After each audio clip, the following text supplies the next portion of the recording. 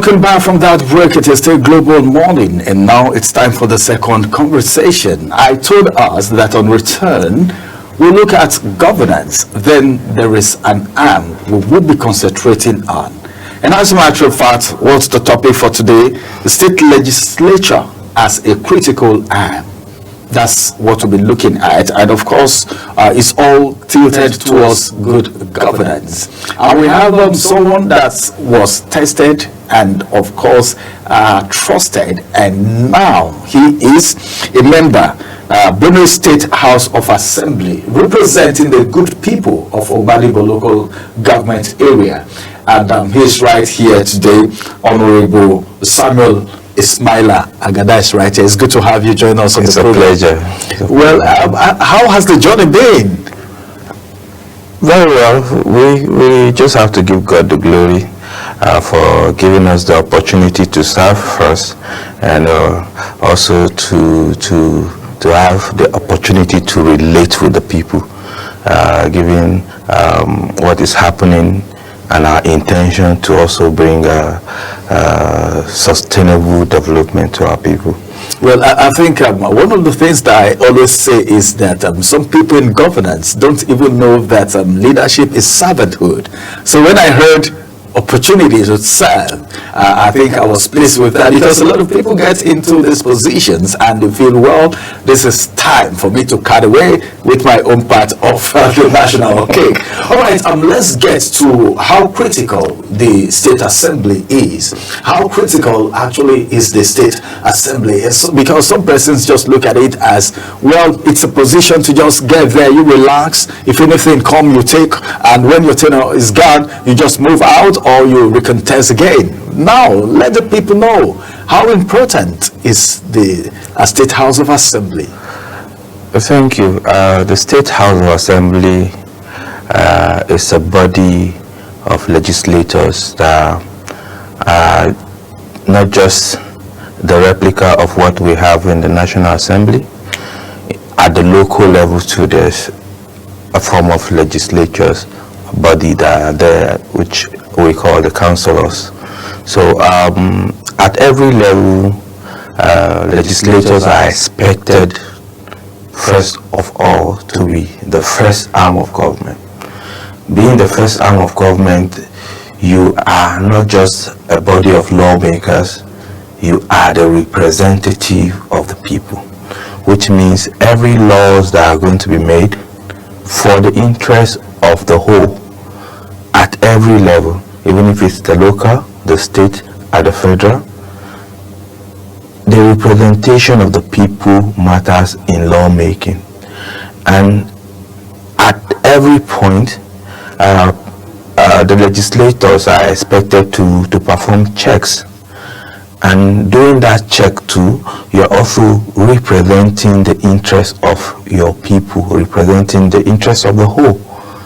In the act of governance, when you're performing a check on the executive or the judiciary, you're ensuring that whatever activity they are doing is in line with the laws that have been made or the constitution that you have sworn to defend. So at the state level, the job we're doing is first of all to represent. Anybody that is a lawmaker, a legislator at that level that doesn't have that in mind, that his first duty is to represent, then he's getting it wrong. You're representing in the act of lawmaking.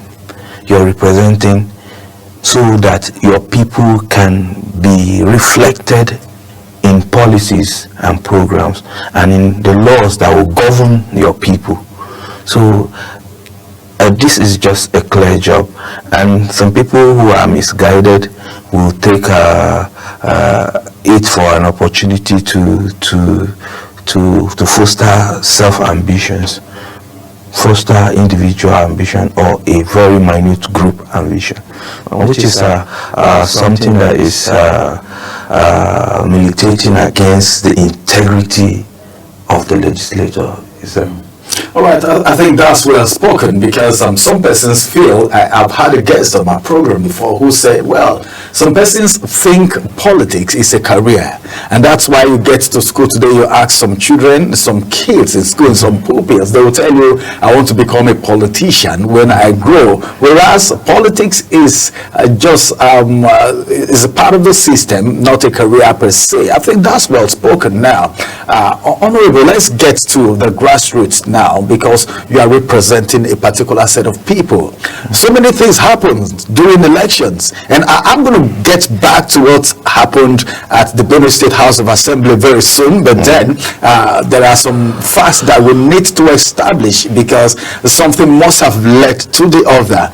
As a matter of fact, we have people in the house from different parties, and during this electioneering process, there are a lot of agitations, a lot of processes, so many things were being done, and at that time, there are some people who looked at you as an enemy, who looked at people supporting you as enemies, and your own supporters look at them as enemy too. The person who is contesting with you will look at you as an opposition, and you know what happens in that process.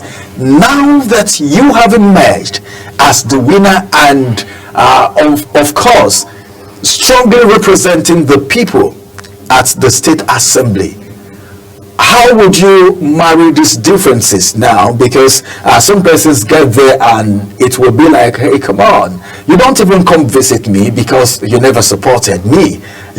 So how do you build these bridges? This reconciliation, does it really happen, or the anger, the animosity, all continues? You're not in the process, so you should be in the right position to answer this question. Yeah, thank you. I know during my electioneering campaign process and programs, activities, and all the things that we did to ensure that we emerge as a lot of persons might have a different opinion, or they might just say because of one interest or the other they will not support you, and it did not deter me at any point, even though I was going against a bigger odd, an incumbent assembly member, and I feel I have what it takes to win, and whoever is supporting him to win, I don't consider them as my enemies. If in the history of Ogbadibo, we had the most peaceful campaign because there was no point in time that we had cast up aspersion on the other opponent. We had a cordial understanding that this is a contestation, that there must be a winner at one point. And to me, I said it's God that gives, that make kings, you understand? So if it is the will of God that I should emerge, what I need to do is to ask and seek, just as the Bible said, seek and you shall find. So I kept on going, even against all odds that are against me. I didn't have money, I didn't have the political infrastructure. All I had was the people, talking to them, getting to relate with them, and eventually I emerged. And afterwards, I didn't take to heart that you didn't work for me, that person didn't work for me. At the point that I emerged and I was inaugurated as member representing the whole constituency, I took it as a point of duty to work for everybody. I have good relationship with people who didn't work for me. I have good relationship with people in the opposition party. All of them, even all of my programs and projects that I'm doing, I include them in them. It is quite disheartening to realize that some politicians now concentrate on party when they have won election. It is wrong. Even those of them who didn't vote for you, when you emerge, you're supposed to cater for their need as a whole part of the society, not you being vindictive that a certain group didn't work for you, so you will not give them the necessary benefits of governance. It's a wrong notion. So for me, I've been carrying everybody along. All right. I think one of the things that a lot of people believe is that, well, this is a person and all of that, but it's so good that you're carrying everyone along. That's what is expected, because at this point in time, no position anymore, you've emerged.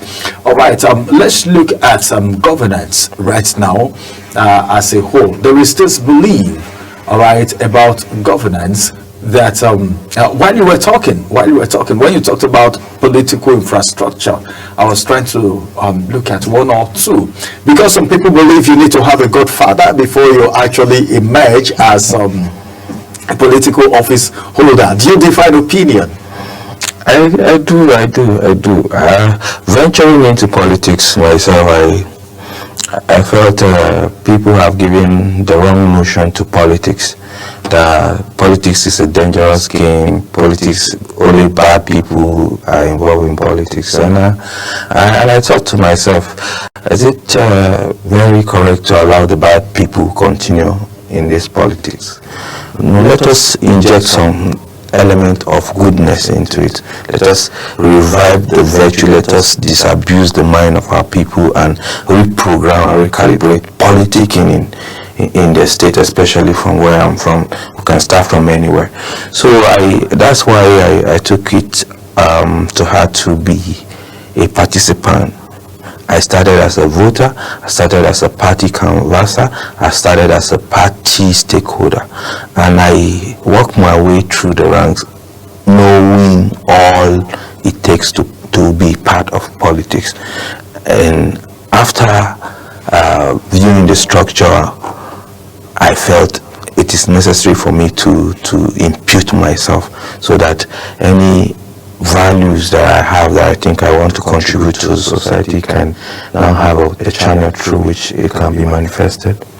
All right, let's get to the Benue State House of Assembly now. So much happening at the Benue State House of Assembly that was everywhere. In fact, we were getting calls from all over, and some persons we called to make inquiries didn't take calls. Some persons took calls, but there were no clear cuts to what was happening. And so as it is right now that we have you and you are from the house, the situation was such that there was an intervention. What's really because this thing started from the house itself, between the members, and let's just get to know what really did they say is the problem. I'm not saying what do you say is the problem. What did they say is the problem now?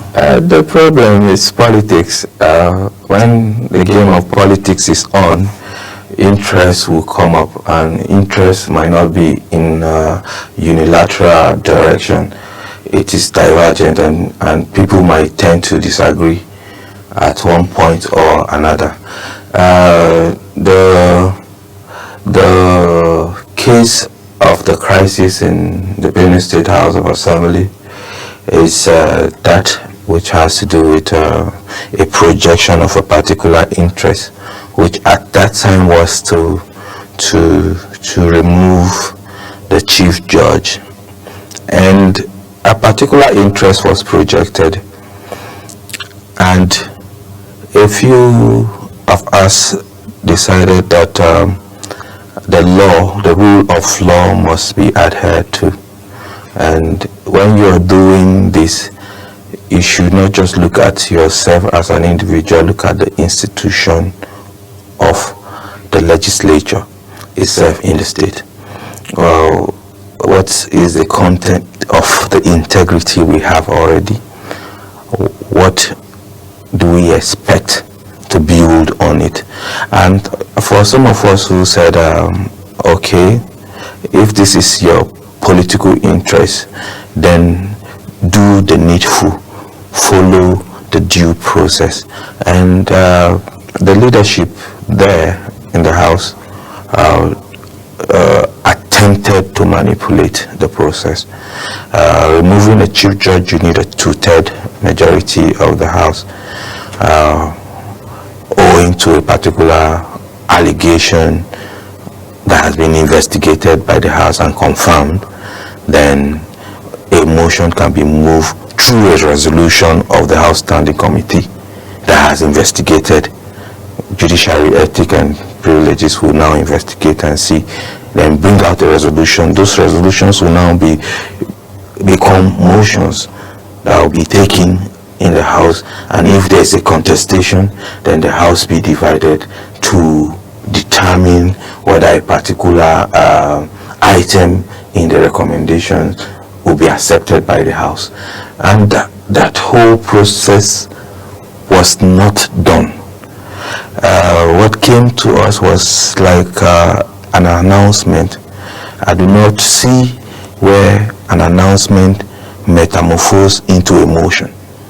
When there's an announcement, if it has been announced to the House, then the announcement that had come as a petition will now be committed to a particular committee that will carefully take their time to look at it. And when that is done, then the committee will report to the House. When they do that, then the committee, after their report, they will write resolutions.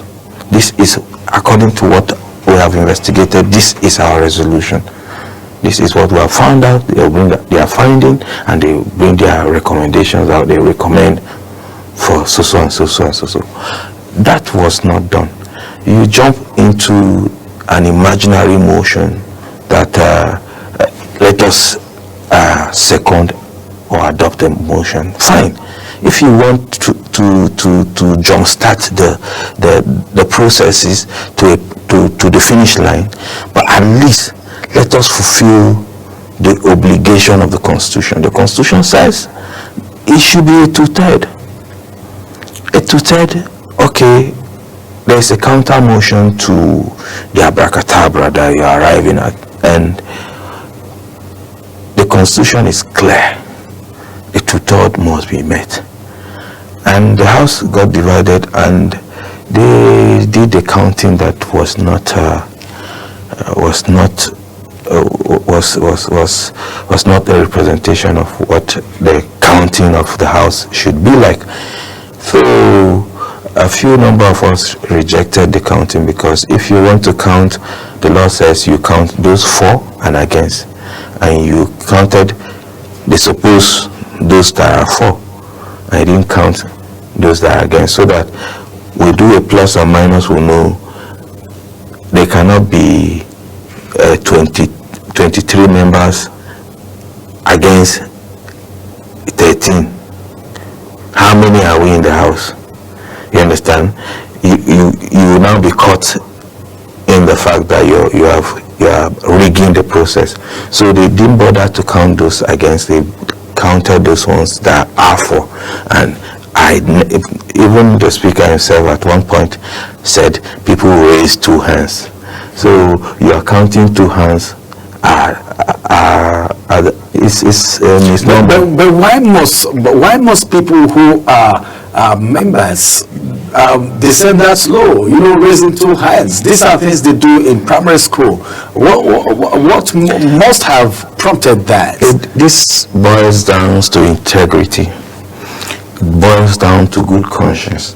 It boils down to the problem that we have in the whole politics that is taking us aback, is the problem of leadership selection. If the selection process is done in a way that people with integrity are selected, somebody with integrity cannot be voting with two hands when they are counting one hand. And somebody with integrity can also not abuse the House rule just to achieve a political goal. So it boils down to bad leadership selection process, which is now causing us a big problem, even as the legislature as an arm of government. But as it is right now, because for a couple of times that this crisis was on, a lot was stagnated in Benue State. Now, where are we at this very particular point in time? Because there were interventions, all right? There were interventions. Has the intervention so far, okay, stopped everything? Is everything in place now? Because I could remember the Judicial Council came up with their own, and some persons also interfered in the process. Has everything is everything okay now? That's the problem. That is the question I want to ask.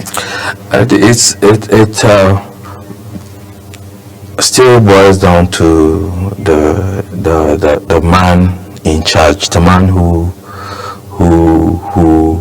whose interest is in the matter. If he says everything is fine and everything is back to normal, just yesterday the governor was interviewed and he said he has not removed the chief judge, and the House of Assembly too didn't remove the chief judge. Why? Because the two-third majority was not met, and it's all in the law. It's all on the ground, but the superstructure of the politics in Benue now, you will go there, you see that everything is not well. The House still said they have suspended 13 of us who went against the decision to remove the chief judge without meeting the criteria required by law. And for them, they said our suspension still stand. We are challenging their position, because you can't even suspend. The House rule is very clear. You can't suspend member for more than 14 days. He is a voice. That particular member is a voice of a constituent. You cannot disenfranchise or remove the participation of a complete constituency. By law, it is their right to be heard and also be represented. So it is completely illegal for you to deny a particular portion of the state their right to representation. So we have come out with the position, and we told them that through our press conference that we had, that it is illegal for you to deny our people the right. We are all part of a whole, and we have our privileges and our right to be part of the government. So you cannot come out and say you are suspending us, not even for 1 month, 3 months. On what ground? What is the offense?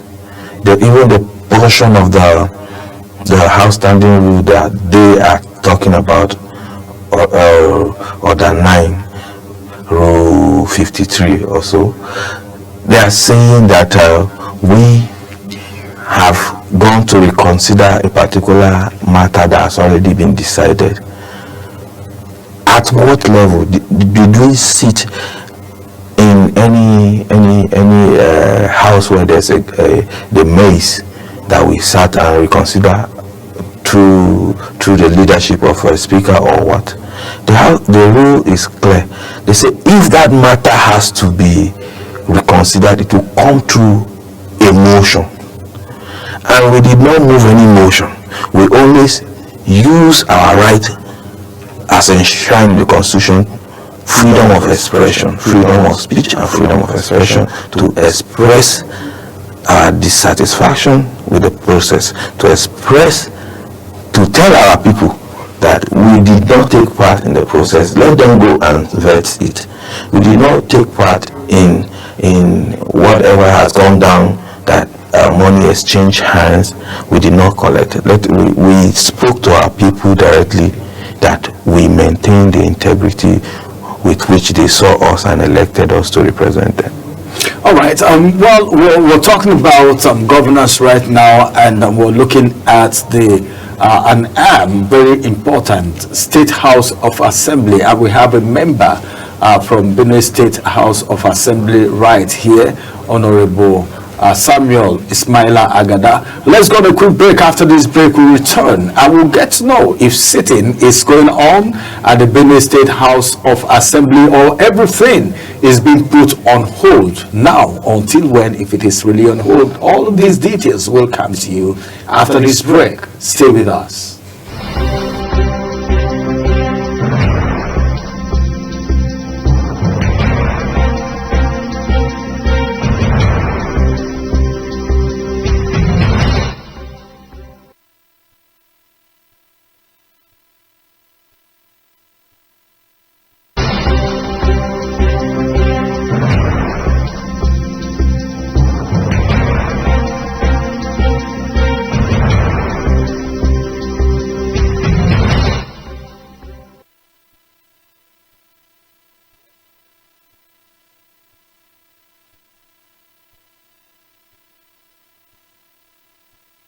Welcome back from that break. Of course, one of the things that Nigerians are very particular about is governance.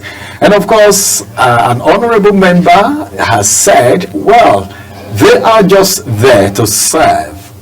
And that's, of course, one of the things that Nigerians think twice about. Is it really service or looking at it as an opportunity? We moved from there and we talked about other things. Now going down to the crisis at the Benue State House of Assembly, the impeachment, the removal, of course, of the chief judge of the state. Everything that happened, how the vote was done, I don't know, I'm looking for an adjective to use when people are raising two hands because they want to vote, and the person counted those hands, and a lot of other irregularities and other things that didn't go down well as enshrined in the law. Now, what's happening to the people that are being represented, because Nigeria is going through a whole lot of challenges right now? It's a dwindling economy. People are going through, when I say through so much is an understatement, because as a matter of fact, people are losing their lives to the hardship going on right now. So what do you think will happen if the people representing a particular set of constituencies in Nigeria here at the state level are not sitting to discuss, to come up with policies that will at least ameliorate the policies at the federal level that has done so much harm to the people? Now let's get to know if or not there have been sittings since this incident happened at the Benue State House of Assembly. Have there been sittings? Because as you said something very vital, you're representing some set of people. You didn't just wake up overnight and just walk into the House Assembly. You were voted, and you are representing the good people of Ogbadebo local government area who are looking up to you. Look at Okpa, look at Otukpa, look at Orokam. And as a matter of fact, have there been sitting? Has some sittings been going on? Has policies, laws, things that the people should benefit from? Because people are waiting. Have sittings been going on? And what is the state of the House right now as we speak? Sittings from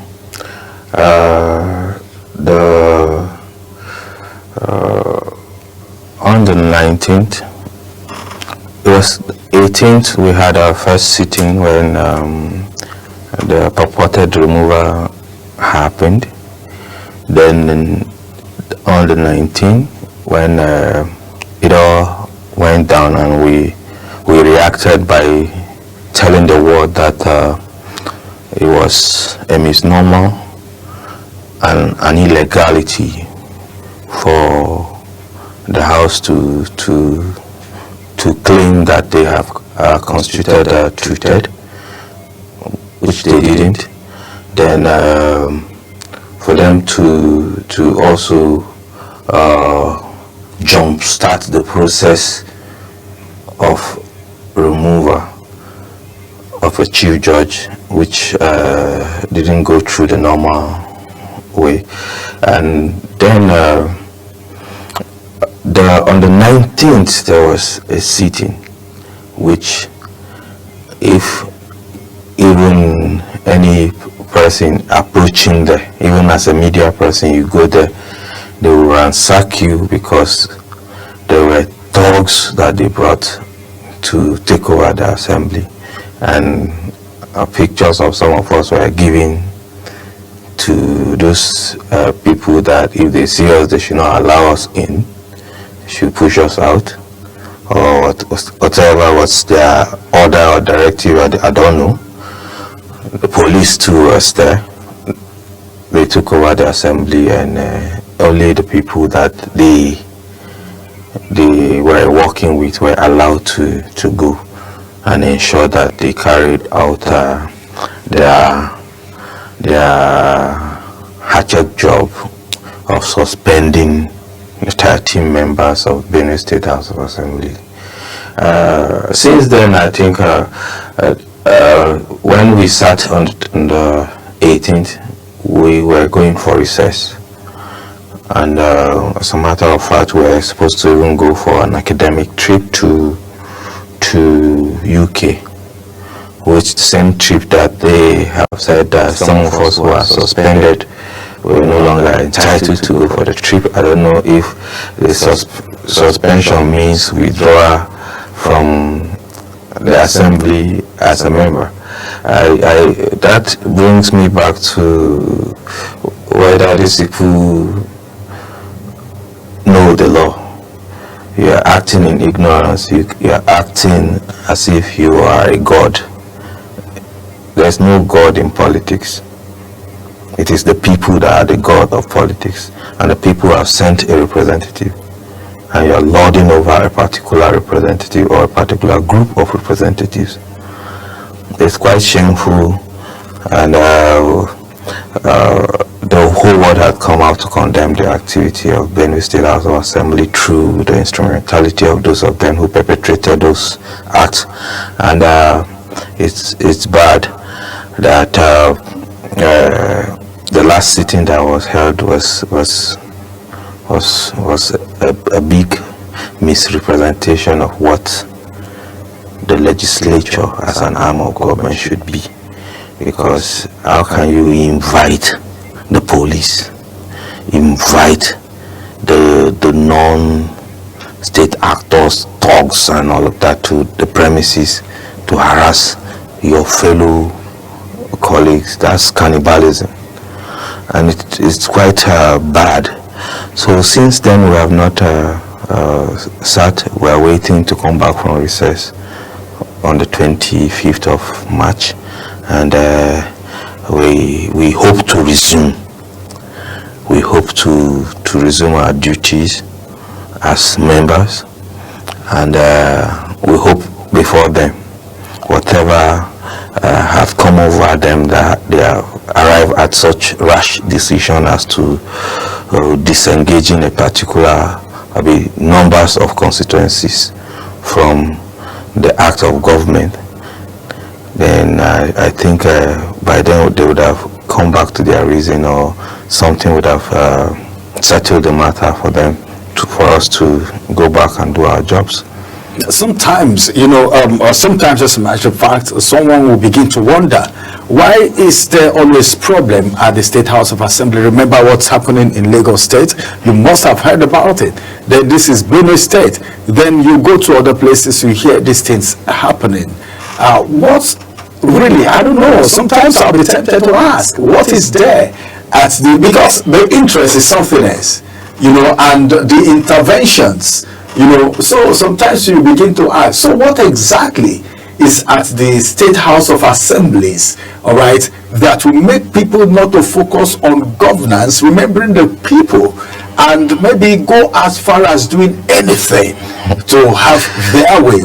What's there? I don't know. Is it the money, or maybe, I don't know, maybe there's a lot of money there. Far from it. Like I said to you before, the legislature is the critical and most important arm of government. The judiciary can only hinder some aspect of performance of a legislator, and the executive can also do but little on the legislator. But the legislator or the legislature as an arm of government, just like an exercise that was performed in a rash way that did not complete the process, with 2/3 we can have hand in removing a judge. That's our power. With the same 2/3 we can remove a governor by impeaching a governor. So when you look at the powers of the legislature as an arm of government, it's a beautiful bride that anybody will want to take control. So in a state, if a governor does not take charge of the legislature as an arm of government, he will not sleep well. He will think a foreign body might just come and influence them, and overnight he's out of office. So in every state, the legislature are like the pillow that the executive will rest on. If he sleeps at night and he wakes up and doesn't see his pillow, he will be restless.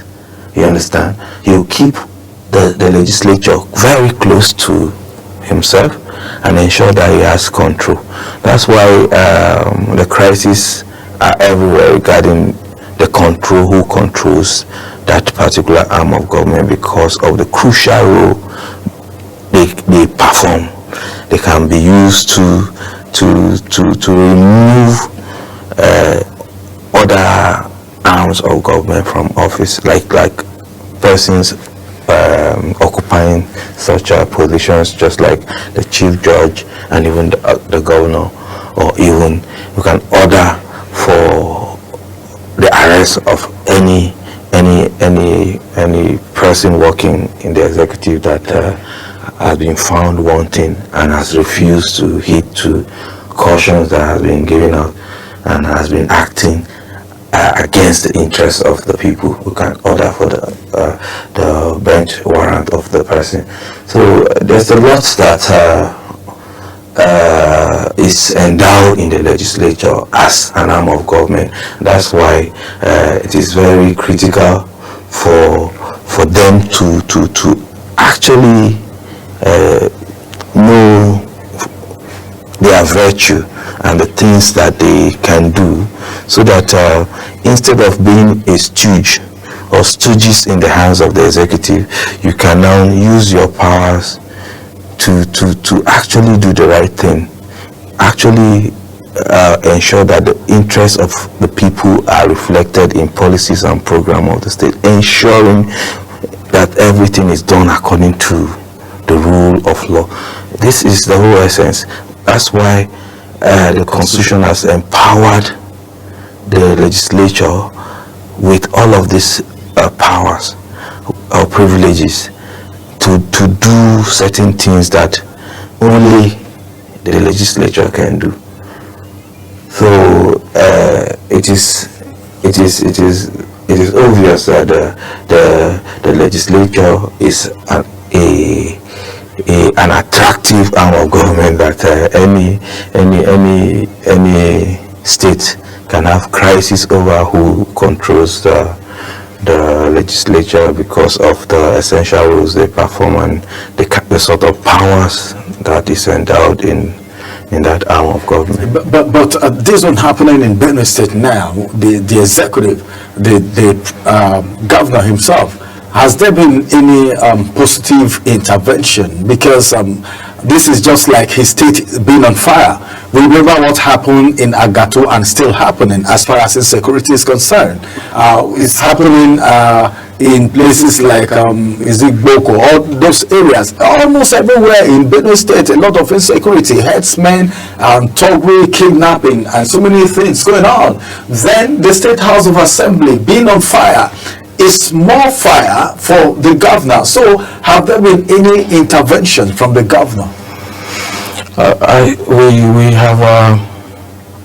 through several motions, ask for security intervention. That's the much we can do, because the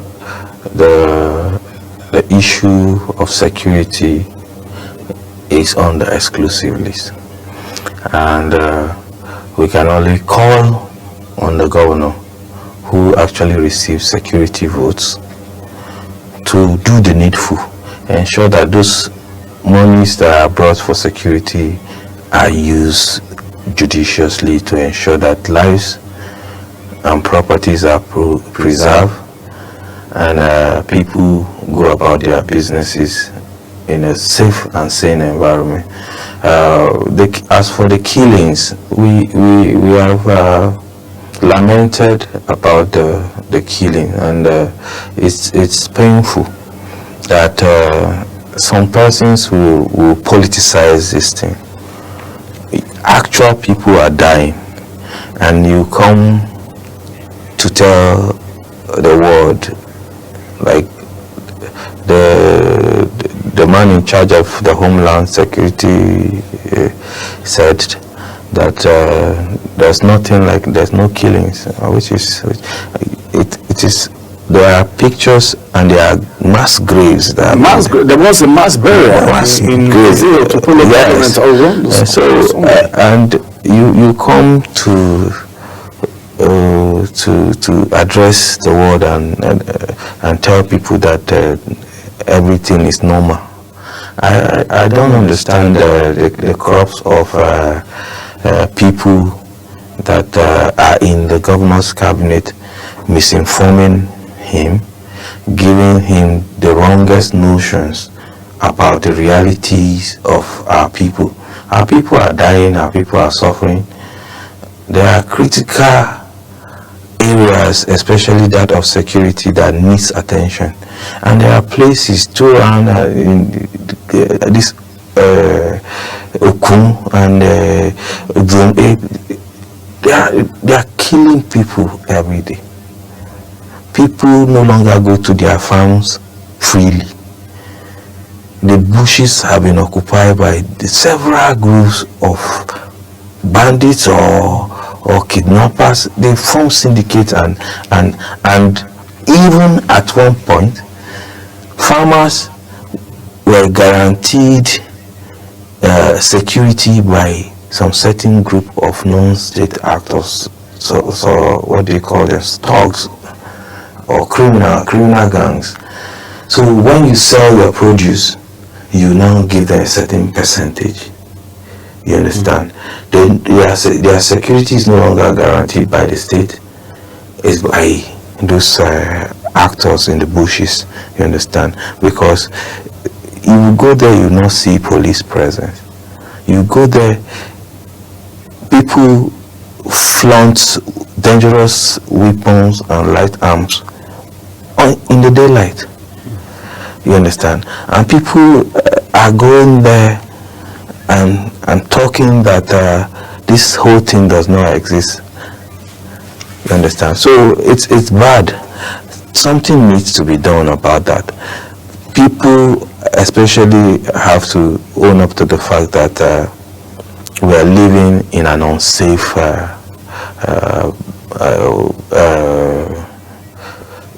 Benue, where people are being killed every day, and nothing is being done about that. Imagine the killings that happen in the armed robbery of Otubo, and till today, there's no report on whether there was any investigation into this matter. There's no report on how far the police has gone on this matter, but lives were lost. People were injured. As I'm talking to you, there's no one single commercial bank operating in that local government, because almost 6 banks were same day, same time. Well, that's a pathetic situation in Benue State right there. And despite all of these insecurity situations, there is problem at the State House of Assembly. And I don't know what the governor will be left with because this is one of the reasons why whatever the problem is, whoever that has interest in the whole situation should calm down, all right? Calm down and, of course, put the people first. Our time is up. It's been Member, Benue State House of Assembly, Honorable Samuel Ismaila Agada, who had joined me. He's representing the good people of Ogbadebo local government, a tested and trusted political ally that has been in the fore representing the people. On a final note, what would you have to say to the people of Benue State, Nigerians, and the people of Ogbadebo before we go as far as the Benue State House of Assembly crisis is concerned? I want to use this as an opportunity to first of all thank the Ogbadebo people for finding me worthy of representing them. And I hope I have not disappointed them by making that decision. And those who might have thought that the decision I took to stand against some level of illegality that has been perpetrated in the House, I should have done otherwise. I took the path of integrity. I took the path to defend the law and stand by the rule of law. So I did not regret my position, and I hope my people also understand with me. And as to how I've been reaching out to the constituents, I believe everybody, members of my constituency, are seeing what I'm doing, and I'm just doing within my shortest capacity, and I hope to reach out more very soon. And for the state, I hope and I also pray that unity comes, and with unity and peace there could be more that we can gain as a people, rather than being divided against ourselves and fighting needless wars. And I pray that when that unity comes, the interests of the people will now be reflected in policies, programs, and activities of the government.